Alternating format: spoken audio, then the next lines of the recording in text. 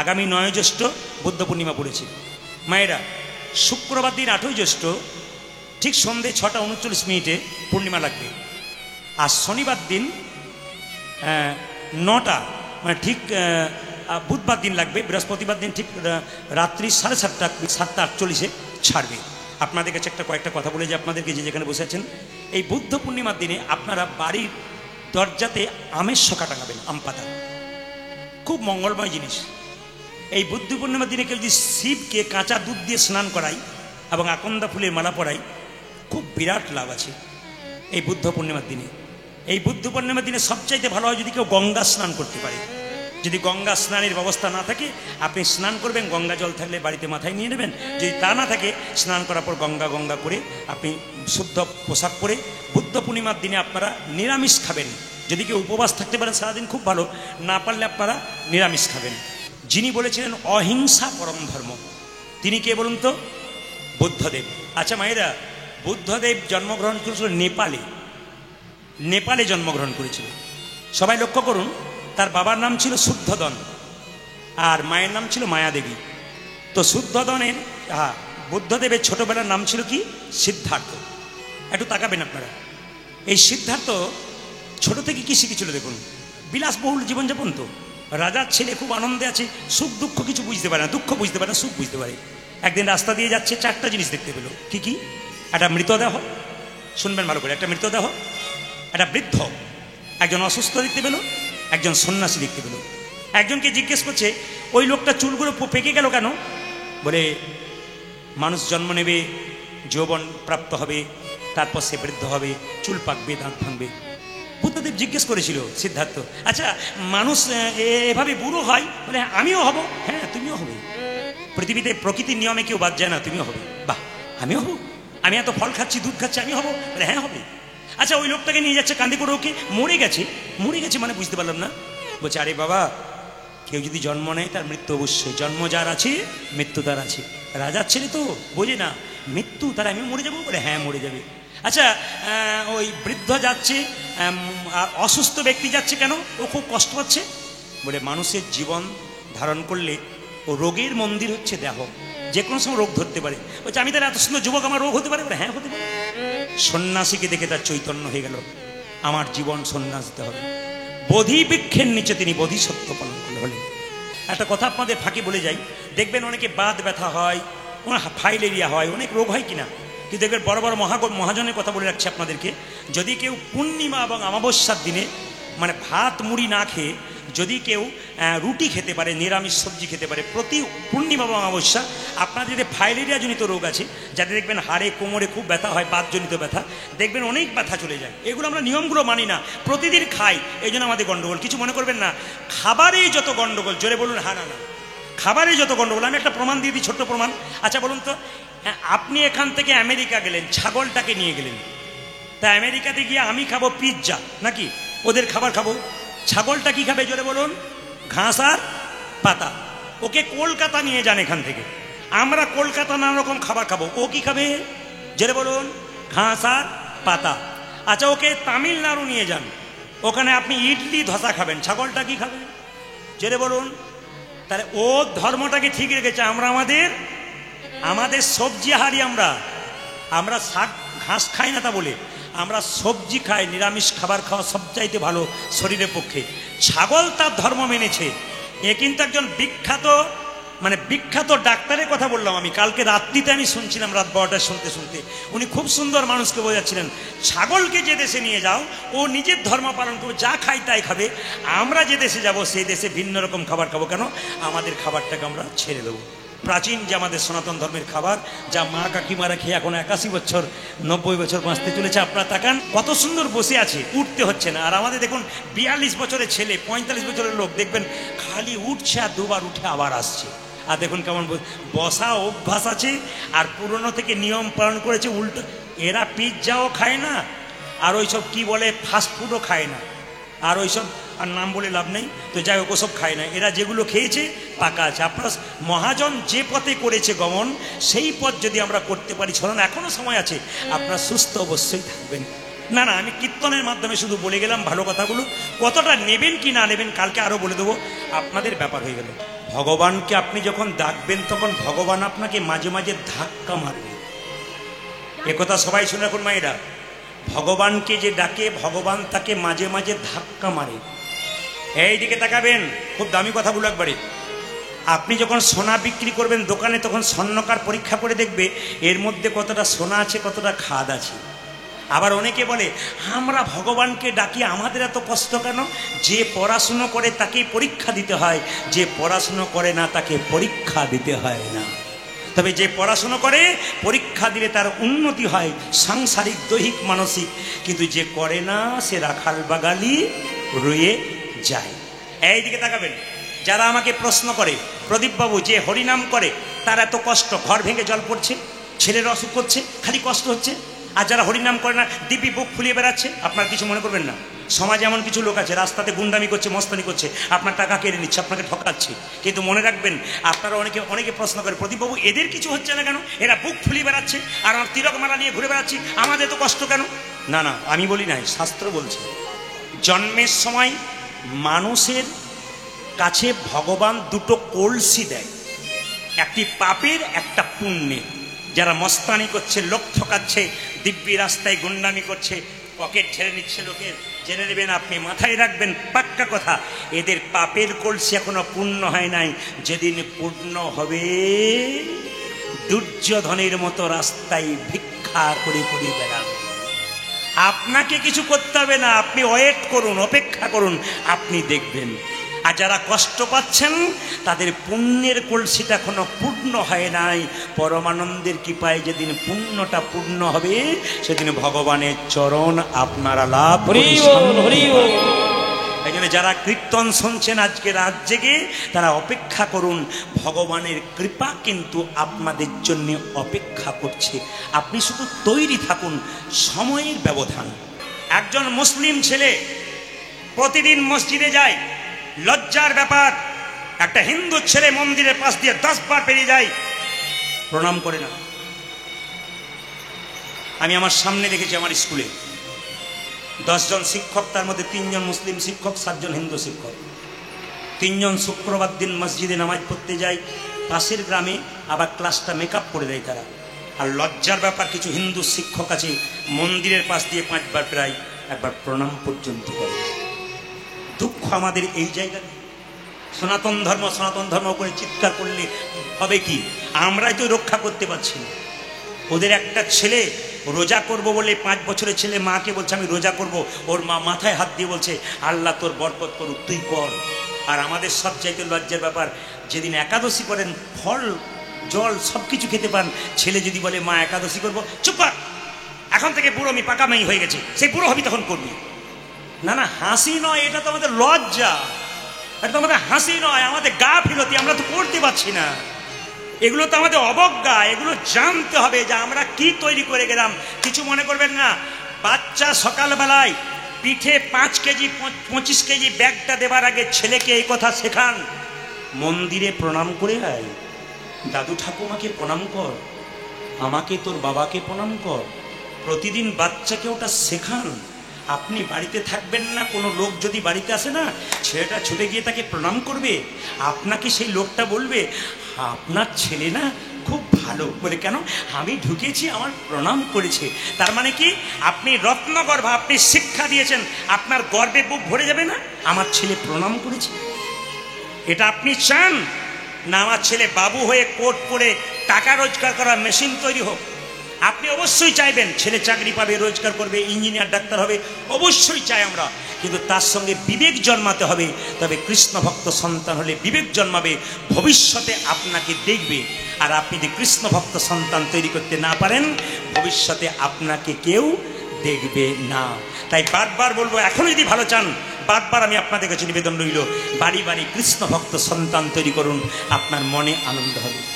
একটা প্রমাণ দিয়ে দিই, একটা আসরে নাম করব না, ক্যামেরা হচ্ছে। 5 বছর ধরে একটা মেয়ে যত আসরে যায়, ওই মেয়েটা আধুনিক জামা কাপড় পরে, খাটো পোশাক পরে, সিঁদুর নেয় না, হাতে শাখা নাই, মেয়েটার সামনে বসে কীর্তন শোনে। কীর্তন কিন্তু শোনে প্রথম সারিতে, খুব কম বয়স হবে প্রায় 28-30 মতো। এবারে যখন গান করতে গেলাম তখন দেখছি আমি যত কীর্তন গান গাইছি মেয়েটা বসে বসে কাঁদছে, আর স্মৃতিতে সিঁদুর নিয়েছে, টকবগে শাঁখা পড়েছে, নামাবলী নিয়েছে, নামাবলী নিয়ে একটা সাদা লাল পেরে শাড়ি পরে এসেছে। কীর্তনের শেষে বললাম, কি গো তোমার এই পরিবর্তন কি করে হলো? উনি বললেন, দাদা আমার ছেলেটার জন্য আমি ফিরে পেলাম। বলে কেন? আমার ছেলের 8 বছর বয়স, ছোট থেকে খালি কীর্তন করে, বলে ধুতি পরিয়ে দাও, ভগবানের নাম করব, নিরামিষ খাবো।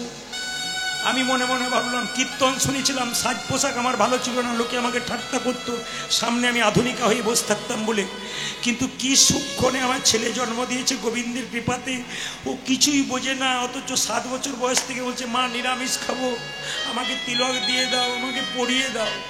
তখন থেকে আমি বুঝতে পেরে গেলাম, আমার রত্নগর্ভা। তোমরা বলো না যে মেয়ে, মা যদি ভালো সন্তান দেয় রত্নগর্ভা, আমার ছেলে যদি আমিষ না খায় আমি মা হয়ে তুলবো কি করে?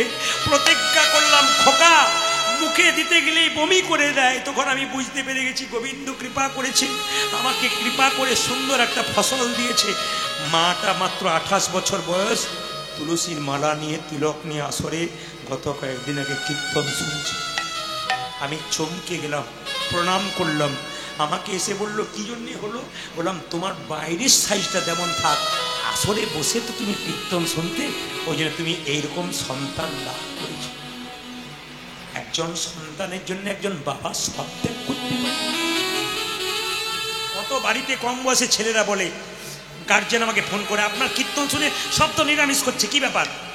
ছেলে তো একবার কৃষ্ণ ভক্ত হয়ে গেল। আপনার তো ভাগ্য ভালো, আপনার ছেলে খারাপ হবে না, চরিত্রহীন হবে না, মাতাল হবে না, বদমাইশ হবে না, আপনার মৃত্যুর সময় শান্তিতে মরতে পারবেন।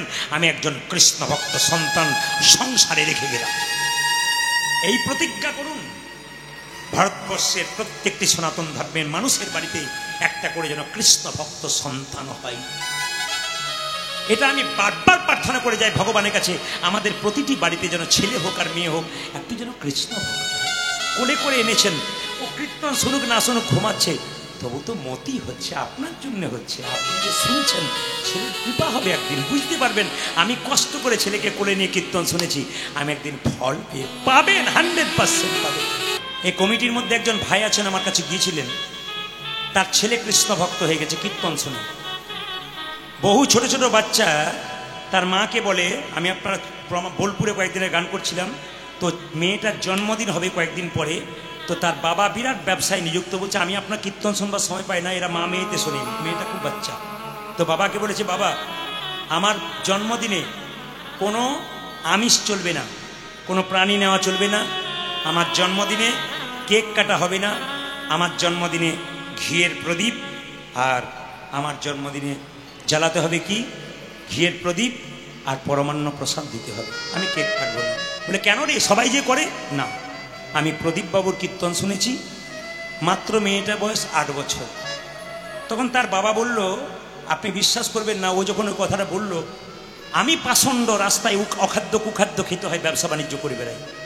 আমি তখন ভাবলাম, কোন সুখনে আমার মেয়েটাকে জন্ম দিলাম, যার জন্য আমার মেয়ে আমাকে শিখিয়ে দিচ্ছে, আমার চৈতন্য হয়ে গেল।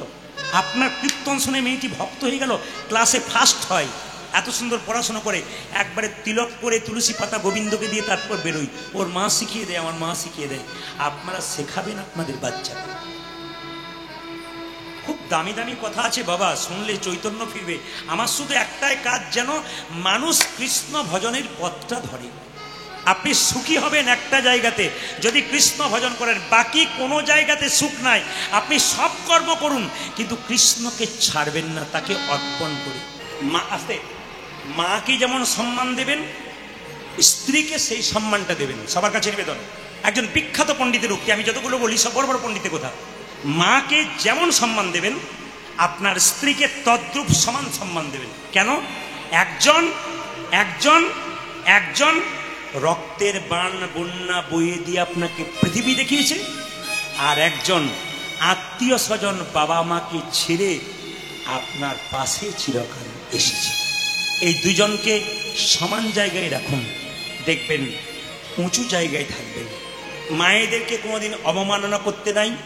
একটা ছোট্ট কথা বলে যায়, মেয়েদের চুলের মুঠি ধরে কোনো পুরুষ আঘাত করবেন না। তার প্রমাণ কি? আমি বলি না, শাস্ত্র বলেছে। রাবণ সীতার চুলের মুঠি ধরেছিল, ধ্বংস হয়ে গেছিল। শাস্ত্র বলছে। দৈবকী চুলের মুঠি ধরেছিল, কংস শেষ হয়ে গেছিল। আর কে? দুর্যোধন।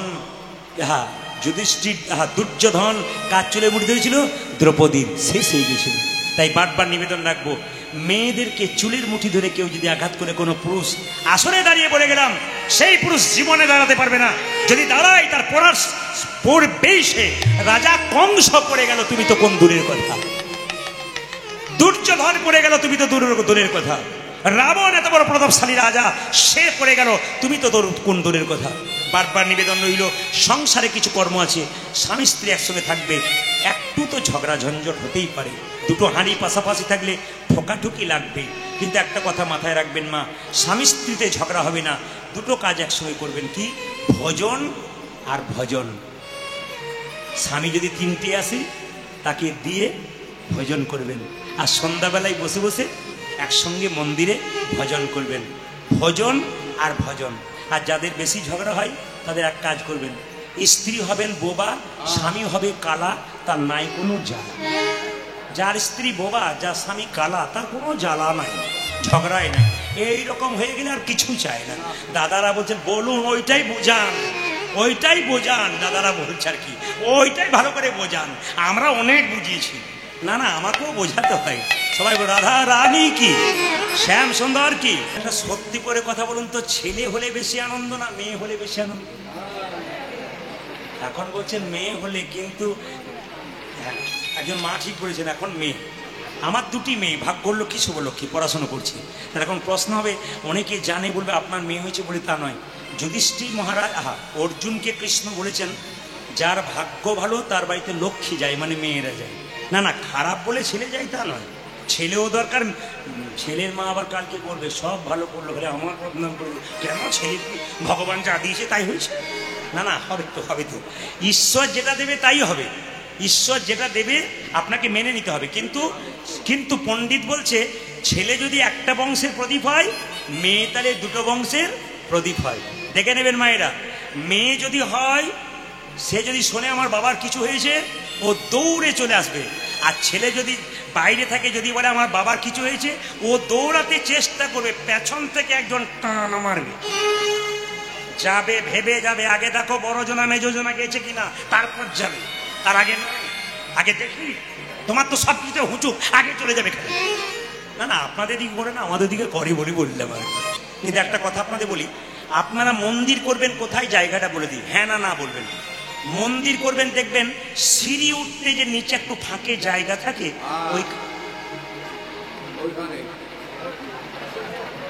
অনেকে এমনি এমনি করছে, অনেকে ভাবছে আবার কি বলছে রে বাবা।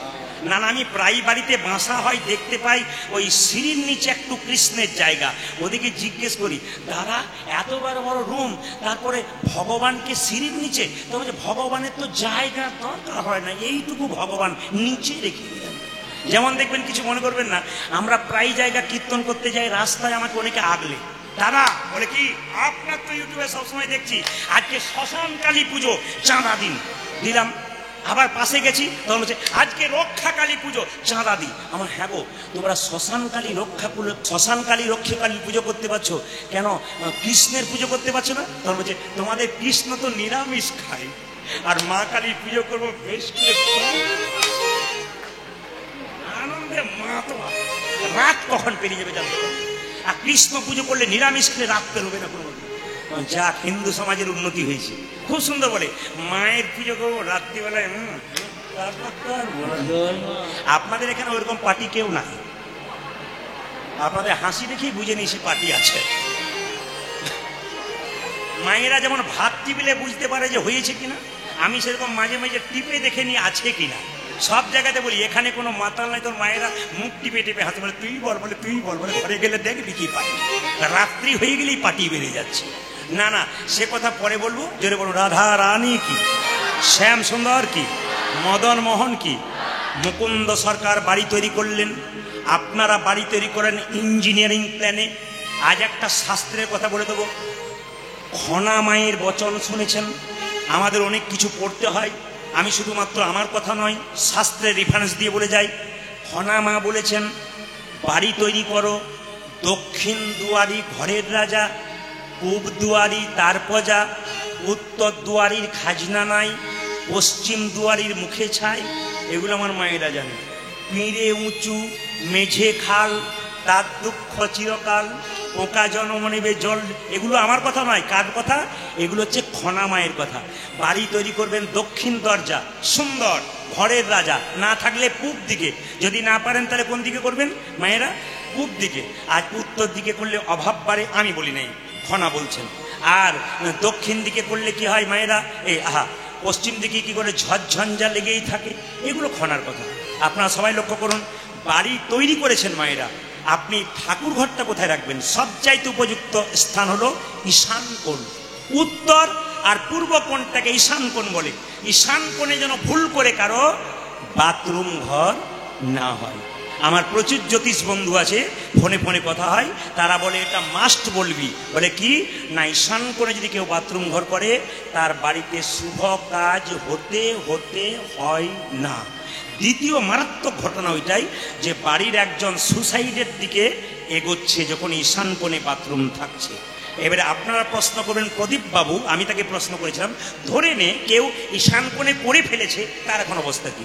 উনি তখন সুন্দর করে বললেন যে এক বাটি লবণ, পাথর বাটিতে দোকান থেকে লবণ কিনে ঈশান কোণে যে বাথরুম আছে তার কোণে কোথাও এক জায়গায় রেখে দিক, 1 মাস পর পর পরিবর্তন করুক, তার বিপদ থেকে সে রক্ষা করে দেবে।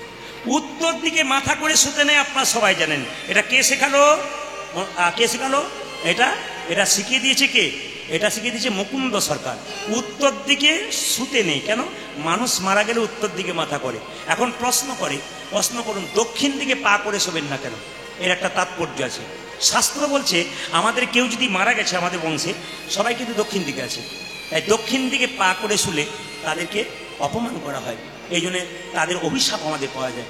দক্ষিণ দিকে মাথা করে শোয়া সবচাইতে উপযুক্ত। কেন? বৈদিক শাস্ত্র যদি আপনি পড়েন, বেদ পড়েন, তাহলে দেখতে পাবেন উত্তর দিকে মাথা করে কেউ যদি দিনের পর দিন শুয়ে থাকে তার শরীরে ধীরে ধীরে রোগের বাসা বাঁধে। এ আমি বলি নাই, বৈদিক শাস্ত্র পরিষ্কার করে বলছে। আপনারা কারা কারা একাদশী করেন হাত তুলবেন, আমি খুব খুশি হব। বাহ, একাদশী যারা করেন না তাদের কাছে প্রদীপ পালের নিবেদন রইল, একটু করুন। করবেন কি না করবেন আপনাদের বিচার। আমি শুধু একটু বলে যাব মাত্র, আমি আপনাদের জোর করব না, কিন্তু আপনারা বুঝবেন, তারপর চিন্তা করবেন, তারপর করবেন কিনা। একাদশী যারা করছেন, একাদশী মানে একাই দোষী। 8 থেকে 80 বছর পর্যন্ত যে কোনো ব্যক্তি একাদশী করতে পারে। প্রশ্ন, মায়েদের 4 দিন শরীর খারাপ হয়, একাদশী করতে পারে? 100% উত্তর, আপনি করতে পারেন, অবশ্যই করবেন। প্রকৃতি আপনার, আপনি 100% করবেন। অনেকে বলে ওষুধ খায়, মেডিসিন খায়, একাদশী করতে পারি? আপনি অবশ্যই করবেন, আরো সুন্দর থাকবেন। মেডিকেল সায়েন্স বলছে আপনার যে প্রতিদিন যে মেশিন শরীরে, এই মেশিন তো চালু রয়েছে। যেমন সপ্তাহে যারা চাকরি করে কোম্পানিতে মেশিন চালু থাকে, একদিন ছুটি থাকে, রেস্ট, সেরকম একদিন রেস্ট দিতে হয় আমাদের পেটটাকে 15 দিন পর পর। আপনার শরীর ভালো থাকবে, আরও চাঙ্গা স্ট্রং হবে আপনার বডি ফিটনেস, যদি আপনি ফাস্টিং করতে পারেন, উপবাস করতে পারেন। বিরাট বড় মাহাত্ম্য আছে। এমনি মহাজনরা এমনি করে নাই, খুব ভাবনা চিন্তা করেছে, ঋষিরা রিসার্চ করে করে বের করেছে এগুলো আমাদের মঙ্গলের জন্য। আমরা ওদের পথ না ধরে আমরা পাশ্চাত্য শিক্ষা গ্রহণ করে উল্টো পথ ধরেছি, রোগের বাসা করে নিচ্ছে আমাদের দেহটাকে। এ তো আমাদের জন্য করছে না, আপনারা করতে পারছেন না। একটা মুসলিম সমাজে বাচ্চা থেকে বুড়ো পর্যন্ত রোজা রাখছে, আমাদের লজ্জার ব্যাপার একটা 17 বছরের ছেলে একাদশী করতে পারে না। কেন? সে নাকি দোকানে না খেলে ভালো থাকতে পারে না। তার ছেলে বলে এখন থেকে নিরামিষ খাবে, দুর্বল হয়ে যাবে। বিরাট কোহলির কথা বলবেন, আমি একটু বললাম দুর্বল হয়ে গেছে 6 মারছে, বলবেন রোহিত শর্মা 6 মারছে, দুর্বল হয়ে গেছে। হ্যাঁ, আইজাক নিউটন, এই যিনি আইনস্টাইন, তিনি নিরামিষ খেতেন, তিনি দুর্বল হয়ে গেছেন। যত সব ফালতু মিথ্যা কথা বলে বলে আপনি বলে দেখে নিন, একটা 45 বছরের ছেলে আমিষ মাংস মাছ খেয়ে কি করছে? বৃদ্ধ হয়ে যাচ্ছে, মোটা হয়ে যাচ্ছে, চলতে পারছে না। একজন বৈষ্ণব 80 বছর বয়স, দিব্যি রাস্তা দিয়ে হেঁটে হেঁটে চলে যাচ্ছে। ও জীবনটাকে উপভোগ করতে জানে। যে যত ভোগী সে তত রোগী। আর যে যত ত্যাগী সে তত নিরোগী। অনুকূল ঠাকুর বলেছেন পরম প্রেমময়, যারা নিরামিষ খায়, আচার বিচার পালন করে, তারা বট গাছের মতো দীর্ঘদিন ধরে বাঁচতে পারে। ডাক্তারের খাতায় নাম কম লেখাতে হয়। যারা আমিষ খায় কলা গাছের মতো ধীরে ধীরে বাড়ে আর হুর হুর করে পড়ে। যদি হও নিচু তবে পাবে কিছু। মায়েরা, একটা সোনার কলসি যতই দামি হোক, একজনের কাছে মাথা নিচু করতে হয়। কার কাছে? একটি গ্লাসের কাছে। তুমি কয়েকশো কোটি টাকার মালিক হতে পারো, মৃত্যুর কাছে তোমাকে মাথা নিচু হতেই। কথাগুলো শুনবেন, দামি কথা, শুনে নিন, জীবনে কাজে আছে। যারা ভক্ত হয় তাদের ভাব কেমন হয়? হরে কৃষ্ণ। আর যারা অভক্ত হয় তাদের ভাব কেমন হয়? এইরকম। রাস্তা দিয়ে আমরা পেরিয়ে যাই, প্রচুর টাকার মালিক, দাদা কেমন আছেন? গাড়ি বাড়ি টাকা প্রচুর, আর বলবেন না, খালি টেনশন। আর যারা হরিভক্ত, দিব্যি সংসারে কর্ম করছে, হরিনাম করছে, কেমন আছেন দাদা? হরির কি পাই, ভালোই আছে, মানে একবারে দিব্যি আছে আর কি। কিন্তু দেখবেন যারা যত রোজগার করছে, হরিকে ভজন করছে না, তাদের তত টেনশন বাড়ছে। একজন বলছে একতলা হলো, দুতলা হলো, তিনতলা হলো, যত তালা বাড়ে তত জ্বালা বাড়ে, না কি বলছেন? একজন বলছে দাদা গত বছর এসেছিলেন একতলায়, এবছর তিনতলা, শান্তি নাই, স্ত্রী থাকে ওপরতলায়, আমি থাকি নিচুতলায়, কথাও নাই দেখাও নাই। বড় ছেলে বোম্বাই, ছোট ছেলে আরেক জায়গায়, হ্যাঁ, দুজনের মধ্যে দেখা সাক্ষাৎ নাই, কথা নাই, টেনশন নাই। টেনশন দূর হবে যদি গোবিন্দের নাম শোনেন, শরীরে রোগ দূর হবে যদি হরিনাম শুনতে পারেন। আনন্দময়ের নাম শুনুন, আনন্দে থাকুন, আপনার জীবন সুন্দর হবে। তাই সকলের কাছে নিবেদন রইল মায়েরা, যে যেখানে বসে আছেন, আজকে বিস্তৃত ব্যাখ্যা করব না, কালকে একটু সকাল সকাল করে একটু বাড়িয়ে দেবো। আপনার সবাই লক্ষ্য করুন, যারা যারা দীক্ষা নেন নাই তারা নিয়ে নেবেন, আর যারা বাকি আছেন তারা নেবেন, যারা নিয়েছেন তারা ভালো করেছেন। দীক্ষা মানে কি? কৃষ্ণকে জানা। আর শিক্ষা মানে কি? রাধাকে জানা। সবাই লক্ষ্য করুন, দীক্ষা মন্ত্র যারা ভজন করবেন, কোন আসনে বসে ভজন করবেন একটু জেনে নিন। কম্বলের আসন সবচাইতে বেস্ট। যদি না পান তাহলে কুশ ঘাসের আসন ভালো। যদি না পান তবু নিচে বসে করবেন না, যে কোনো একটা আসন নেবেন।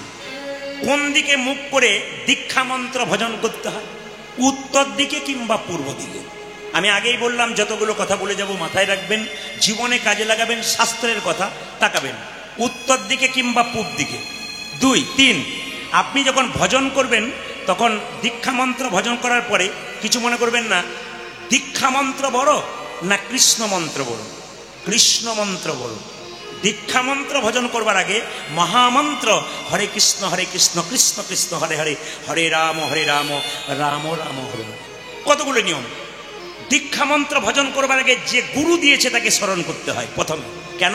গুরু বিনা যে জন গোবিন্দ ভজে, সে পাপী নরকে মজে। 2, আচ্ছা 3, এইবার বলে রাখি, আসন থেকে যখন উঠবেন তখন কিন্তু আসনের জলটা একটু কি করবেন, আসনের নিচে একটু জল দিয়ে দেবেন। আসনটা তুললেন তো মন্ত্র ভজন করার পর একটু জল দিয়ে দিলেন, সেই জলটা চোখে মুখে নিয়ে একটু প্রণাম করলেন। কেন?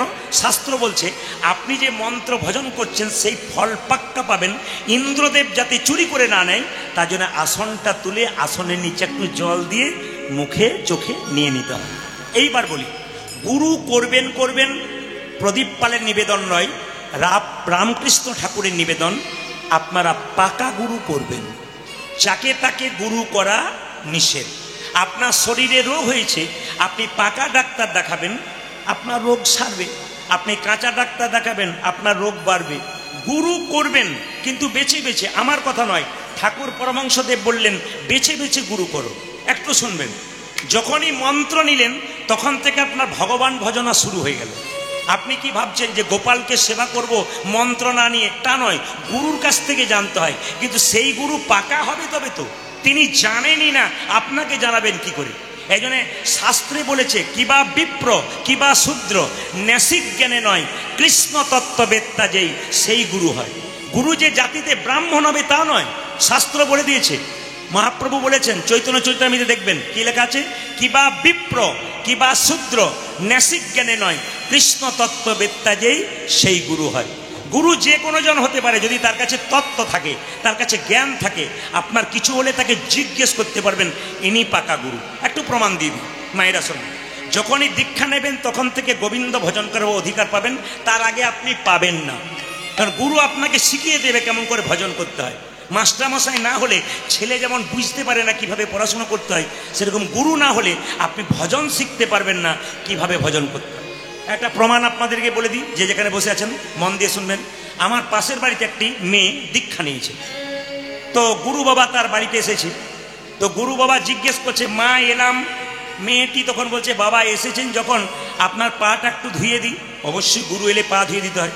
তো যখন গুরুদেবের পাটা ধুয়ে দিয়েছে, তখন গুরুকে বলছে, বাবা তাহলে আস্তে আস্তে এবার একটু জল দিয়ে দিই, আপনি খান, জল পান করুন, একটু জল পান করুন, আপনি খান।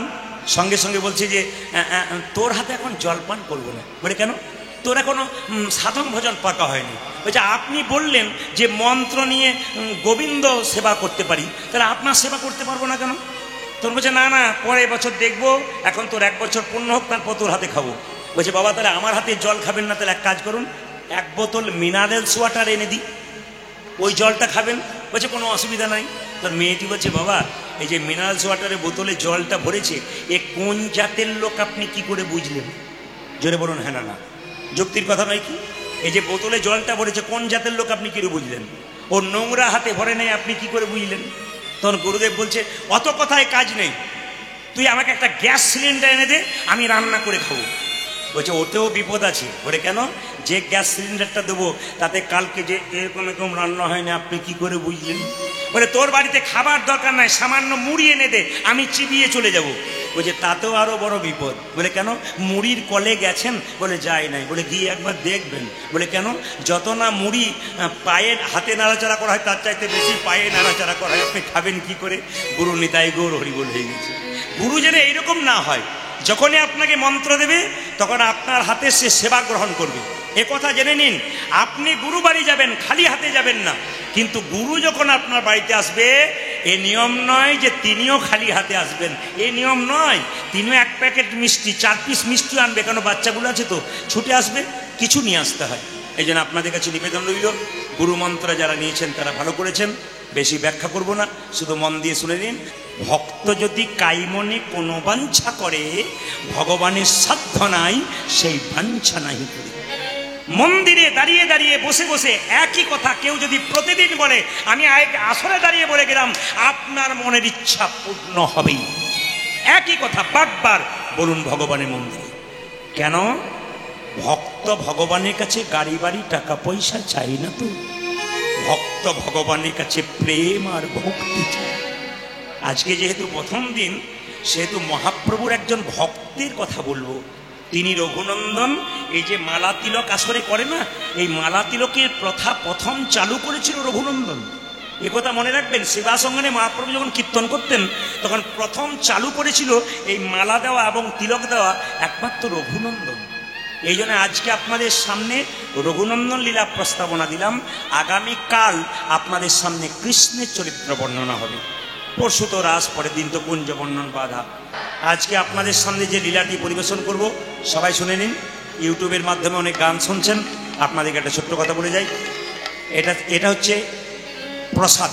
আজকে এটা হচ্ছে প্রসাদ। বর্ধমান জেলা আপনাদের পশ্চিম বর্ধমান, যদি পূর্ব বর্ধমান যান, গয়া কাশী বৃন্দাবন সব জায়গায় যাচ্ছেন, একটা জায়গা যাবার জন্য অনুরোধ করব। সেই জায়গাটা হচ্ছে, আস্তে শব্দ নয়, একটা জায়গা যাবেন অনুরোধ করব। পূর্ব বর্ধমানে কাটোয়া বলে একটা জায়গা আছে, কাটোয়া নবদ্বীপ, ওটা নদিয়া পড়ে যাচ্ছে নবদ্বীপ, কিন্তু পূর্ব বর্ধমানে শ্রীখণ্ড বলে একটা জায়গা আছে, ওখানে দেখবেন গোপীনাথের মন্দির আছে। শব্দ নয়, শব্দ নয়, শব্দ নয়। এই যে পূর্ব বর্ধমানে গোপীনাথের মন্দির আছে শ্রীখণ্ডে, ওখানে গিয়ে দেখবেন সব মন্দিরে ভগবানের হাতে আসল নাড়ু, ওখানে অর্ধেকটা পাথরের নাড়ু। ওই নাড়ুটা পাথরে হলো কেন, তার তত্ত্ব কথা আপনাদের বলবো। আর একটা কথা বলে যাই, রঘুনন্দন বাচ্চা অবস্থায় 5 বছর বয়সে গোপীনাথকে নাড়ু খাওয়ালো। এই নাড়ু প্রসাদ কীর্তনের শেষে আপনারা নিয়ে যাবেন। যারা রঘুনন্দন লীলা পড়েছেন তারা দেখে নেবেন পরে পরিষ্কার করে, যে এই প্রসাদ বাড়িতে নিয়ে গেলে কি কি উপকার হয়। যার বাচ্চা খুব চঞ্চল, মা সামলাতে পারে না, দেখে নেবেন এই প্রসাদ যদি বৃহস্পতিবার দিন স্নান করিয়ে বাচ্চাকে তুলসী মন্দিরে রেখে জয় গোপীনাথ 3বার বলে তুলসী পত্র দিয়ে কপালে ঠেকিয়ে যদি মুখে দিতে পারেন, প্রতি বৃহস্পতিবার 1 বছর আপনার বাচ্চা শান্ত হয়ে যাবে, চঞ্চলতা দূর হবে।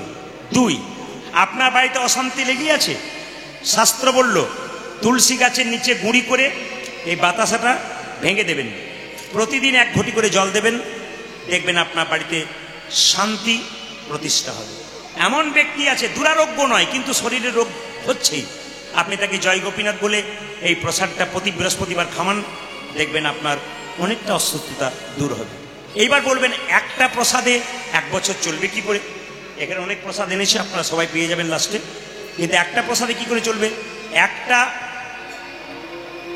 একটা বাতাসাতে আপনার 1 বছর চলবে না। আপনি বাড়িতে বৃহস্পতিবার দিন হরিলুট দিয়ে দেবেন 1 কেজি বাতাসা, সেই বাতাসা কৌটোতে ভরবেন, এই বাতাসাটা ওতে গিয়ে মিশিয়ে দেবেন। প্রতি বৃহস্পতিবার আমি যে নিয়মগুলো বললাম যদি করতে পারেন 1 বছর পর আমাকে রেজাল্ট দেবেন আপনারা, আপনার পরিবর্তন হচ্ছে কিনা।